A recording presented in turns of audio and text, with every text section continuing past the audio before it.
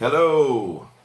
Anita and I just got back from a Christmas party at church, and tonight for ESL, we're going to go into a Christmas story. I'm going to post the story on Moonami. We will discuss the story in class. I'm going to have some homework questions about it, and we're going to read it to you now. It's a short story. It's not a big book or anything, just a little short story. It's called The Gift of the Magi. Now, the Magi were the wise men that came to follow the star and came to see baby Jesus. This story is from 1905. So they're going to talk about money in the story, but the amounts of money are not realistic by today's standards. Okay, like, the prices are going to seem weird because the story is from 1905 and this is 2020. But it is a classic Christmas story. So Anita and I are going to take turns reading paragraphs. And it's just a short story, so it won't take very long. Here we go. $1.87. That was all. She had put it aside, 1 cent and then another, in her careful buying of meat and other food. Della counted it 3 times, $1.87, and the next day would be Christmas. There was nothing to do but fall on the bed and cry, so Della did it. While the lady of the home is slowly growing quieter, we can look at the home. Furnished rooms at a cost of $8 a week. There is little more to say about it. In the hall below was a little box too small to hold a letter. There was an electric bell, but it could not make a sound. Also, there was a name beside the door. Mr. James Dillingham Young. When the name was placed there, Mr. James Dillingham Young was being paid $30 a week. Now, when he was being paid only $20 a week, the name seemed too long and important. It should perhaps have been Mr. James D. Young. But when Mr. James Dillingham Young entered the furnished rooms, his name became very short indeed. Mrs. James Dillingham Young put her arms warmly about him and called him Jim. You have already met her. She is Della. Della finished her crying and cleaned the marks of it from her face. She stood by the window and looked out with no interest. Tomorrow would be Christmas Day, and she had only $1.87 with which to buy Jim a gift. Or $1.87. Okay. She had put aside as much as she could for months, with his result. $20 a week is not much. Everything had cost more than she had expected. It always happened like that. Only $1.87 to buy a gift for Jim, her Jim. She had had many happy hours planning something nice for him, something nearly good enough, something almost worth the honor of belonging to Jim. There was a looking glass between the windows of the room. Perhaps you have seen the kind of looking glass that is placed in $8 furnished rooms. It was very narrow. A person could see only a little of himself at a time. However, if he was very thin and moved very quickly, he might be able to get a good view of himself. Della, being quite thin, had mastered this art. Suddenly, she turned from the window and stood before the glass.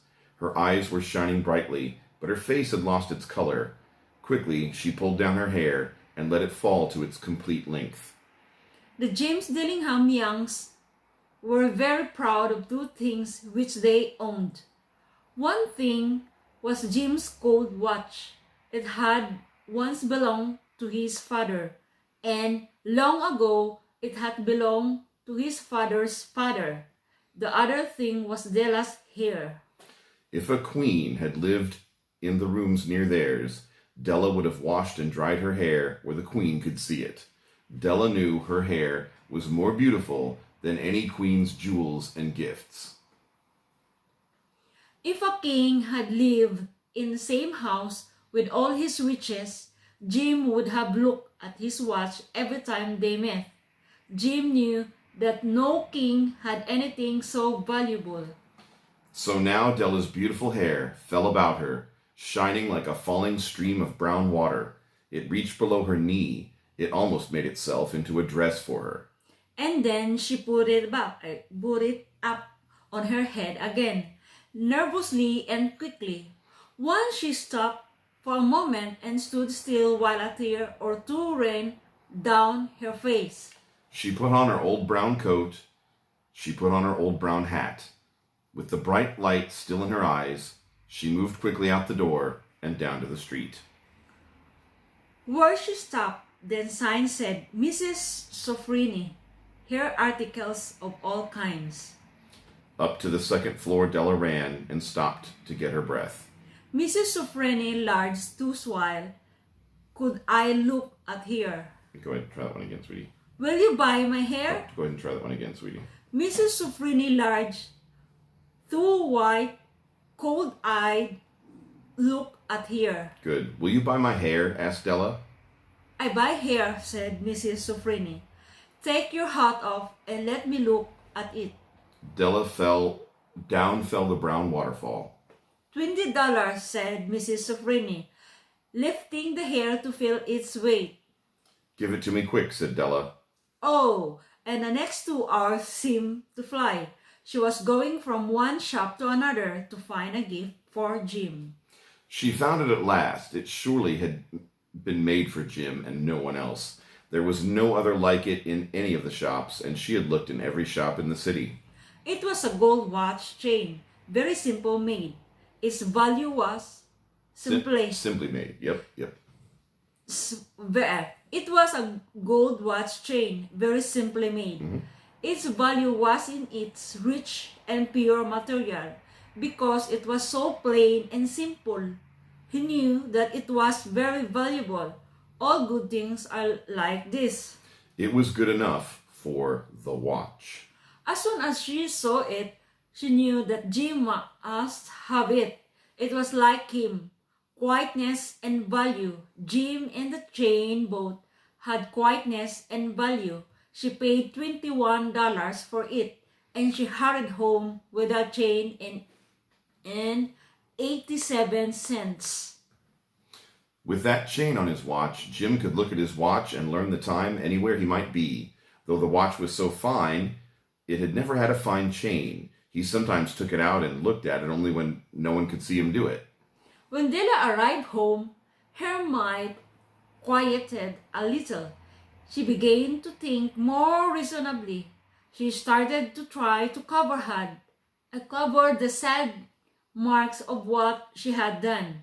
Love and large-hearted giving, when added together, can leave deep marks. It is never easy to cover these marks.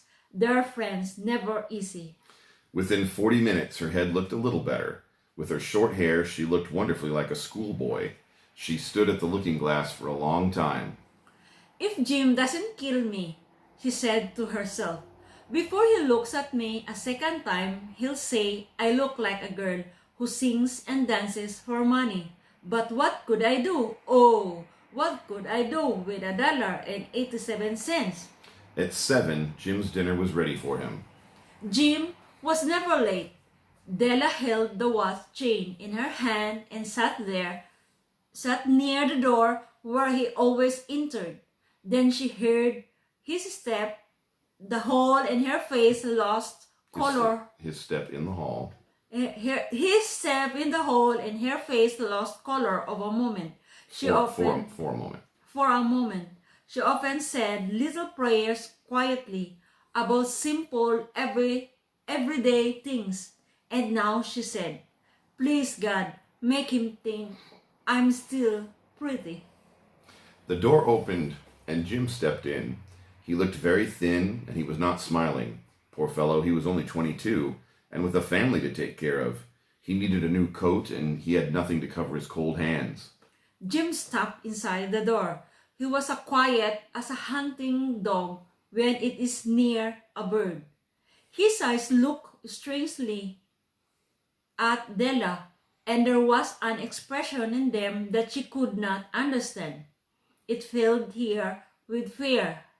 It was not anger, nor surprise, nor anything she had been ready for. He simply looked at her with that strange expression on his face. Della went to him. "Jim, there," she cried. "Don't look at me like that. I had my hair cut off and sold it. I couldn't live through Christmas without giving you a gift. My hair will grow again. You won't care, will you?" "My hair grows very fast. It's Christmas, Jim. Let's be happy. You don't know what a beautiful nice gift I got for you." "You've cut off your hair?" asked Jim slowly. He seemed to labor to understand what had happened. He seemed not to feel sure he knew.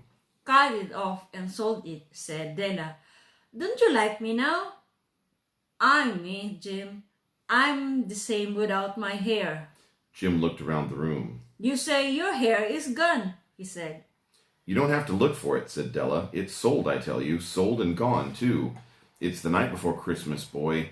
Be good to me, because I sold it for you. Maybe the hairs of my head could be counted," she said, "but no one could ever count my love for you. Shall we eat dinner, Jim?" Jim put his arms around his Della for 10 seconds. "Let us look in another direction. $8 a week or $1,000,000 a year. How different are they? Someone may give you an answer, but it will be wrong. The Magi brought valuable gifts, but that was not among them. My meaning will be explained soon." From inside the coat, Jim took something tied in paper. He threw it upon the table. "I want you to understand me, then," he said. "Nothing like a haircut could make me love you any less. But if you'll open that, you may know what I felt when I came in." White fingers pulled off the paper, and then a cry of joy, and then a change to tears. For this lay the combs. For there lay the combs that Della had seen in a shop window and loved for a long time. Beautiful combs, with jewels, perfect for her beautiful hair. She had known they cost too much for her to buy them. She had looked at them without the least hope of owning them, and now they were hers, but her hair was gone. But she held them to her heart, and at last was able to look up and see, "My hair grows so fast, Jim." And then she jumped up and cried, "Oh, oh." Jim had not yet seen his beautiful gift. She held it out to him in her open hand. The gold seemed to shine softly, as if with her own warm and loving spirit. "Isn't it perfect, Jim? I hunted all over town to find it. You'd have to look at your watch 100 times a day now. Give me your watch. I want to see how they look together." Jim sat down and smiled. "Della," said he, "let's put our Christmas gifts away and give them a while. And keep them a while. They're too nice to use now. I sold the watch to get the money to buy the combs. And now I think we should have our dinner." The Magi, as you know, were wise men, wonderfully wise men, who brought gifts to the newborn Christ child. They were the first to give Christmas gifts. Being wise, their gifts were doubtless wise ones. And here I have told you the story of 2 children who were not wise. Each sold the most valuable thing he owned in order to buy a gift for the other. But let me speak a last word to the wise of these days. Of all who give gifts, these 2 were the most wise. Of all who give and receive gifts, such as they are the most wise. Everywhere they are the wise ones. They are the Magi. So, there'll be questions coming for homework on Renomi. Merry Christmas. Merry Christmas.